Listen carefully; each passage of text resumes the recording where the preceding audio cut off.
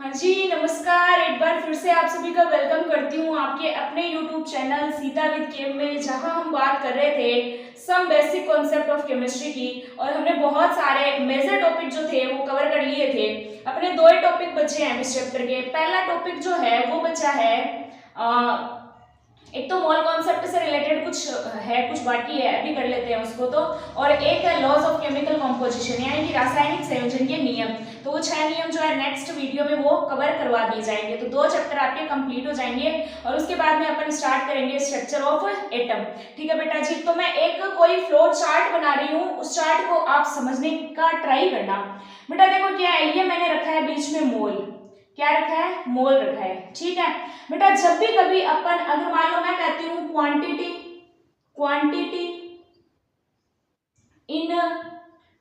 इन ग्राम, आप भी ये समझ लो, ये फ्लो चार्ट आपको समझ में आ जाना चाहिए। क्वांटिटी इन ग्राम है। अगर ग्राम को मैं मोलिकुलर वेट से डिवाइड कर दूं, ठीक है, मैं क्या लिखूं? Divide by molecular weight. तो बेटा मेरे पास मोल आ जाएगा। और अगर मैं मोल को मल्टीप्लाई कर दूं, किससे मल्टीप्लाई कर दूं? अगर मैं मोल को मल्टीप्लाई कर देती हूँ, मल्टीप्लाई बाई मोलिकुलर वेट, जब मैं मल्टीप्लाई करूंगी मोलिकुलर वेट से, तो मेरे पास क्या आ जाएगा? वापस क्वांटिटी इन ग्राम। यहाँ से बहुत सारे क्वेश्चन आते हैं। दूसरा देखना बेटा जी, दूसरा देखो, मैं कहूं यहाँ पे नंबर ऑफ पार्टिकल्स, कणों की संख्या, नंबर ऑफ पार्टिकल्स, ये कैसे निकलेंगे? जब मैं क्या करूंगी, इसमें नंबर ऑफ अवोगाद्रो जो होता है ना, उसका डिवाइड कर दूंगी। तो मैं दूसरी बात क्या बोल रही हूं कि डिवाइड बाई Na। और Na क्या होता है बेटा? मैं इधर लिख देती हूँ। Na होता है अवोगाद्रो नंबर। Na क्या होता है? एवोगाड्रो नंबर, जिसकी वैल्यू क्या होती है? 6.023 इंटू 10 टू द पावर 23। ठीक है, ये हो जाएगी अपने पास। आगे बात समझ में क्लियर है? तो इतनी बात, अरे क्लियर हो गई ना इतनी बात तो? ठीक है, 6.022 या 23। अच्छा, इसको जब मैं आगे देखना फर्दर, अगर मैं कहूं कि मल्टीप्लाई बाई Na, तो मेरे पास आ जाएंगे नंबर ऑफ पार्टिकल्स। इतनी बात क्लियर हो गई होगी। इस डायग्राम को समझना बहुत जरूरी है बेटा, इससे बहुत सारे क्वेश्चन सॉल्व हो जाएंगे। इसको समझना बहुत ही ज्यादा जरूरी है। ठीक है, लास्ट देखो, लास्ट है volume of gas on NTP. अच्छा, एनटीपी क्या होता है, एसटीपी क्या होता है, अभी बात करेंगे। Volume of gas on NTP. ठीक है, मेरे को क्या करना पड़ेगा? डिवाइड करना पड़ेगा। Divide by 22.4। ठीक है, 22.4 लीटर में आ जाएगा। ठीक है, अच्छा इसको देखो, तो आप इसको, मेरे को क्या करना है? तीसरे में मल्टीप्लाई बाई 22.4। तो मेरे पास निकल के क्या आएगा? Volume of gas on NTP. ठीक है, ये थोड़ा सा चार्ट समझने का ट्राई करना। देखो बताती हूँ, थोड़ा सा समझना।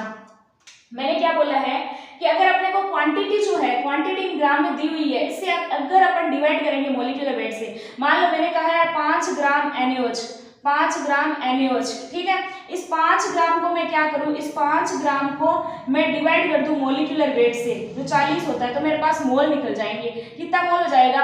1/8 मोल हो जाएगा। ठीक है, इस 1/8 को मैं फिर से मल्टीप्लाई कर दूं मोलिकुलर वेट से फिर से मल्टीप्लाई कर दूं। ठीक है, तो 8 पंजे 40, मेरे पास क्या आ जाएगा? क्वांटिटी इन ग्राम आ जाएगा। ये चीज है। तो आई थिंक आपको ये चीजें तो क्लियर हो गई होगी। ये डायग्राम समझना बहुत जरूरी है बेटा, बहुत जरूरी। ठीक है, अगर ये समझ में आ गया आपको, तो मैं कुछ क्वेश्चन लिखती हूँ, वो क्वेश्चन जो है वो अपने को सोल्व करने हैं। ठीक है, तो कुछ क्वेश्चन लिखती हूँ, इसको मैं मिटा दूं ना, आप देख लो, इसको मैं मिटा देती हूँ। ठीक है,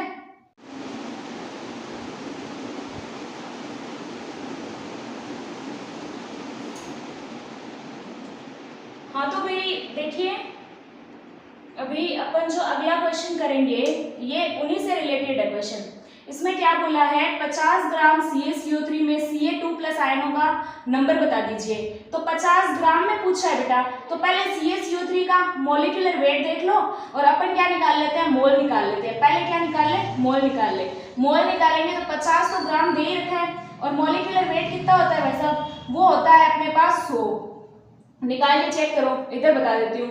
CaCO3 Ca 20 पे डबल करो 40, C 6 पे डबल करो 12, O 8 पे डबल करो तो 16 16 32 48, टोटल 100 से करेंगे तो आएगा 0.5। ठीक है, अपने को पूछा total number of Ca2+ ion, है ना।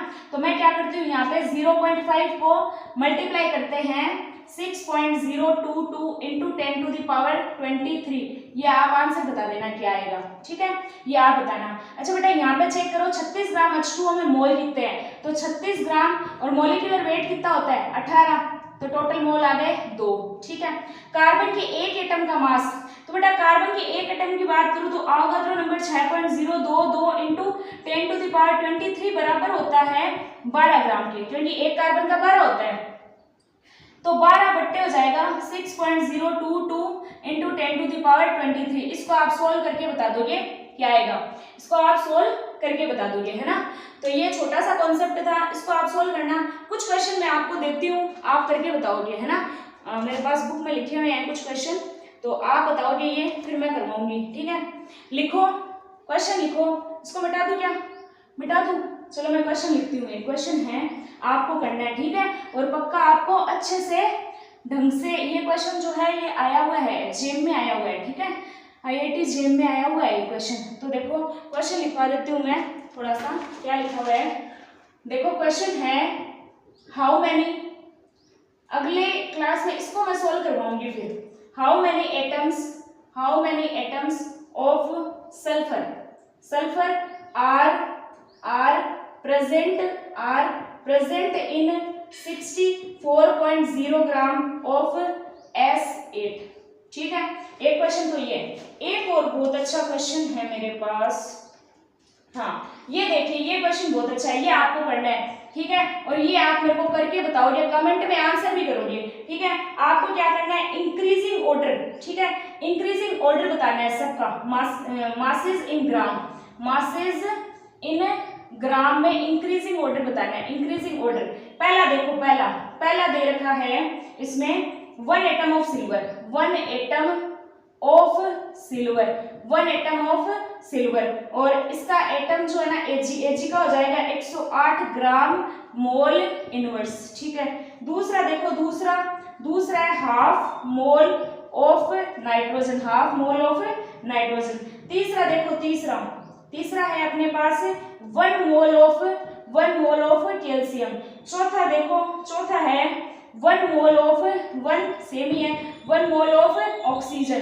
ठीक है, पांचवा दे रखा है आपके पास 10⁻23 एटम्स ऑफ कार्बन, और 6 दे रखा है बेटा 1 ग्राम ऑफ आयरन, और इसका जो Fe का वेट होता है वो होता है 56 ग्राम मोल इनवर्स। ठीक है, तो इसका ये क्वेश्चन आप मेरे को आंसर करोगे क्या आएगा, मासेस इन ग्राम इंक्रीजिंग ऑर्डर में।